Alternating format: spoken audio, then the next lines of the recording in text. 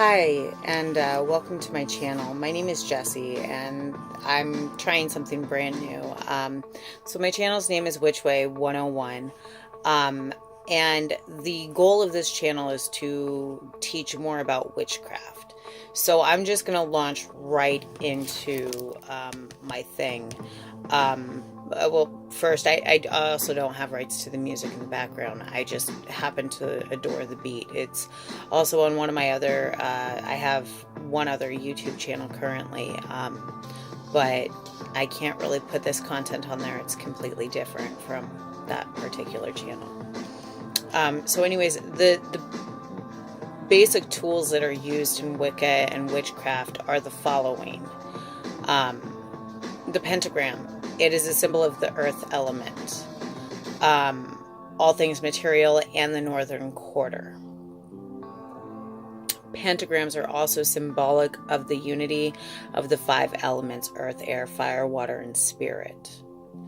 Okay? An anthem. An anthem is traditionally a black-handled knife or dagger, symbolic of the element air and all things spiritual. It's also representation of the eastern quarter. Daggers are also used to direct and send magical energy. So if you are trying to send that energy and that particular thing that you're doing has a lot of air elements, that's probably a tool that you would want to use for that. The wand is also a symbol of an element too, and that symbol is fire, and all things mental, and it also represents the southern quarter, excuse me. Wands are also used to send and direct energy as well. However, wands are used to send and direct a different kind of energy. The chalice is also used in witchcraft and paganism and Wicca as well. It's used as a representation of the element water, all things emotional, and it also represents the western quarter. An altar is a place of magic. It's a place where your symbols and your tools are placed before you do a ritual, or as you are doing a ritual. It's so that you can have your tools readily available. A book of shadows, also commonly known as a boss, B-O-S for short. It's a witch's spell book, and it's also a diary. Usually it contains the progression that he or she has made over the past however long they've been practicing the craft. It's usually a very personal thing. People usually don't go ahead and open it up to other people. Because 9 times out of 10, there's a lot of personal thoughts in there. Some witches, myself included, even put protection spells amongst other spells on their book of shadows or bosses because they're fearful of other people getting their hands on them. Anyways, back to the subject at hand. Candles are also used in the craft too. I'm sure a lot of people have seen this in movies too. Anyways, the candles are used to represent the god and goddess on the altar. Use the candles that is appropriate for the type of ritual or spell work you're doing. However, you can also use white as a substitute for any color. And it's really, back to the basics. White was everywhere, back in the day when they used to practice. They didn't always have all the colors, or they didn't have the money for all the colors or anything like that. So sometimes you can actually afford and get really creative with the craft. It's really fun because a lot of people have different ways to practice. It's awesome to see. Anyway, so essential oils are also used. They're used for anointing candles and other ritual objects and tools. However, it's the same way with the candle. You're going to want to use the appropriate oil for the appropriate ritual or spell work or whatever thing that you're anointing. You're going to want it to be the appropriate oil for that anointment. Stones and gems are also used in spell work in the craft. They carry a lot of energy, and this energy can actually manifest and transfer to you yourself and other people that you're working with or around. I personally, like, I have a wedding ring to myself that's tourmaline. It's got tourmaline all over, and then I've got an opal one, and I'm always wearing them. Aside from that ring, I'm always wearing my pentagram ring because, I'm a very proud pagan. And so these stones are also used for many different workings, many different things. I know I carry more smaller stones than a lot of other people I know. My sister, she's got all these huge stones, and I love them, but I can't really afford all those huge stones, for one, and for two, a lot of the times when I get stones, I gift them out to people, and so that's usually what they're really good for if you're doing spell work or something, or if you notice something's off with one of your friends. So, and try to use the gems and the stones that have the right vibrations for whatever you're trying to do and whatever your purpose is in that particular thing. Incense is also used in the craft. It should be used, the appropriate scent should be used for the right season. It should also be the appropriate goal for the right plant too, or the right scent, I should say. It's also burned to help attune the witch to whatever goal they're trying to get to. And the thing is, incense can be anything from, you're buying it at the store to you're actually making your own. I tend to make my own incense more often than not. I have a little mortar and pestle that actually sit on my altar, and I'll go ahead and I'll grind up my herbs and whatever I need, and then I'll turn around and I'll burn them. So anyways, moving on. So this is actually going to be kind of a long video. I hope you guys don't mind. I'm covering the basics of everything right now. Well, the start of the basics. I'll be making more videos to follow up with this one later on. So anyways, moving on. We've got the daily correspondences. Now, Sunday, it's ruled by the sun, okay? It represents power, prosperity, health, banishing evil, and exorcism. That's a good day to do these kind of rituals and spell works for. That doesn't mean that you have to do them for those particular, if you have somebody who's doing something that you're trying to just banish the evil for, the exorcism or whatever, it doesn't have to be done on a Sunday, but these are a nice general guideline. Monday is ruled by the moon. It's good for intuition and dreams, along with psychic abilities, female fertility, and it represents the goddess as well. Always good to know. Tuesday is ruled by Mars, and it's supposed to be a day for courage, energy, and physical strength. It's also good for banishing negativity. So if there's a lot of negative energy or whatever, that's a good day to smudge. And I'll get into smudging in a later video. Wednesday is ruled by Mercury, and that's a good day for divination, communications, knowledge, wisdom, and study. So anything dealing with those things. Thursday is ruled by Jupiter. It's good for good luck, wealth, healing, male fertility, and legal matters. Excuse me. Sorry. Friday is ruled by Venus. And Venus is good for love, sex, marriage, fertility, and friendship. Again, these are just guideline days. It doesn't mean that you have to do particular spells on certain days. Saturday is ruled by Saturn. Go figure. Haha, Sat. Right? Psychic abilities and meditation along with communications with the spirits. That's what that day is good for. And like I said, this is just an overall guideline. It's not like you have to do certain spells on certain days. If you need to banish negativity and it happens to be a Monday and Monday's not meant for negativity banishing, then do it on a Monday. It's what happens sometimes. So we're going to move on. Color correspondences. I know I told you all this video is going to be pretty long. So hopefully you guys will bear with me, you guys and you gals well. So color correspondences. Red. It's the color of love, passion, lust, courage, energy, strength, fast action, physical health, protection, will, and willpower. That's a lot of stuff for one color. Holy smokes. And dark red stands for war, blood, battles, and danger. Now, it doesn't necessarily mean one or the other. You have to stick to this, okay? It's general guideline. The day that is usually good for the color red is Tuesday. The element is fire and the planet is Mars. Orange, that one's good for prosperity, deals, ambition, legal matters. Always good to know. Selling, career success, concentration, encouragement, authority, communication, and balance. Balance is always a great thing in life. The day for this one is Wednesday. The planet is Mercury and the element is fire. Woohoo, go fire. Lots of fire going on today. Yellow.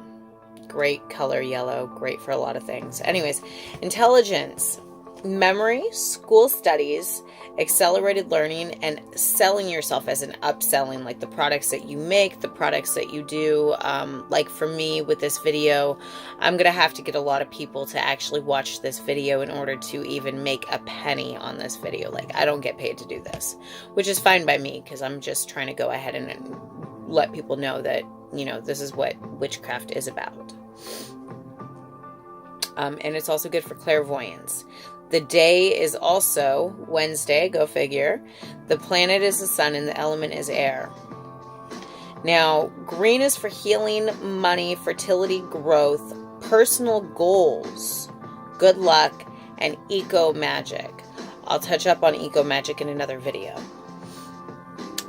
Blue. Blue is good for good fortune, wisdom, opening blocked communications. Always good to open up those blocked communications. Communication is key to a lot of things in life. We don't need to go ahead and miss out on that. Calmness, spiritual inspiration, prophetic dreams, protection during dreams, honesty, and healing. The day that is ruled for that particular color, blue, is Thursday. The element is water, and the planets, 2 planets that rule this particular color, is Jupiter and Saturn. Now, silver represents the goddess. It removes negativity, encourages stability. It's great for lunar magic, great for telepathy, clairvoyance, clairaudience, and I'll get into all of this later. Psychometry, intuition, dreams, astral energy, and female power. The day is Monday, and the moon is the planet that it rules. Purple, this also includes indigo, and I believe there was one other color that it rules, but it's you can mix and match purple with other purple-ish colors. Anyways, moving forward, psychic abilities, spiritual powers, self-assurance, hidden knowledge, reversing curses, always good to know. Independence, divination is also a sign of royalty, as I'm sure all of you guys knew. And if you didn't, you learned something new today. The day that it rules is Thursday, and the planet is Jupiter. White is good for spirituality, peace, purity, higher self, virginity, spiritual truth, and strength. Always good. Breaking of curses, always good too. Meditation, household purification, cleansing, clairvoyance, prophecy, enlightenment. Always good.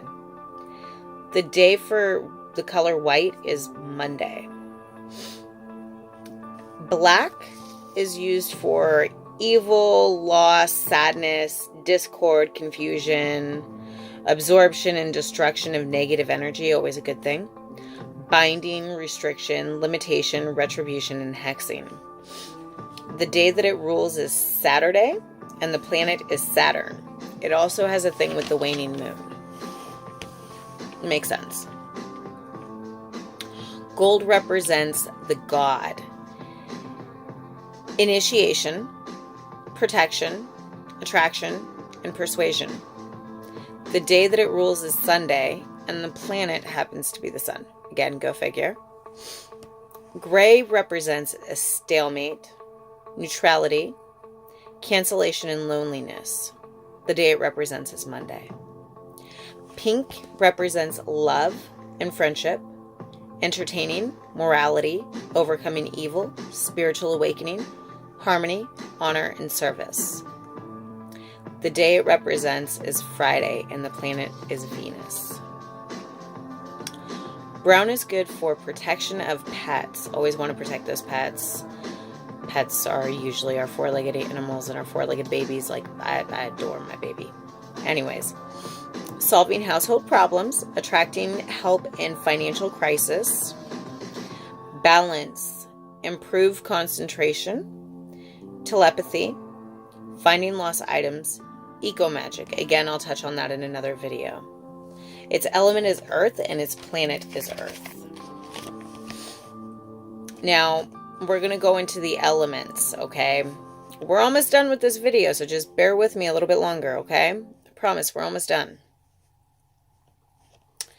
Elements. So, for spirit, the color is white. It can also be represented in black, too. And the direction that it represents is center and above. Center and or above. Air, another element. The colors are yellow and pale blue. The day is Wednesday, the planet is Neptune, the season is spring, and the direction is east. Fire. The colors are red, gold, yellow, and orange. The day is Sunday.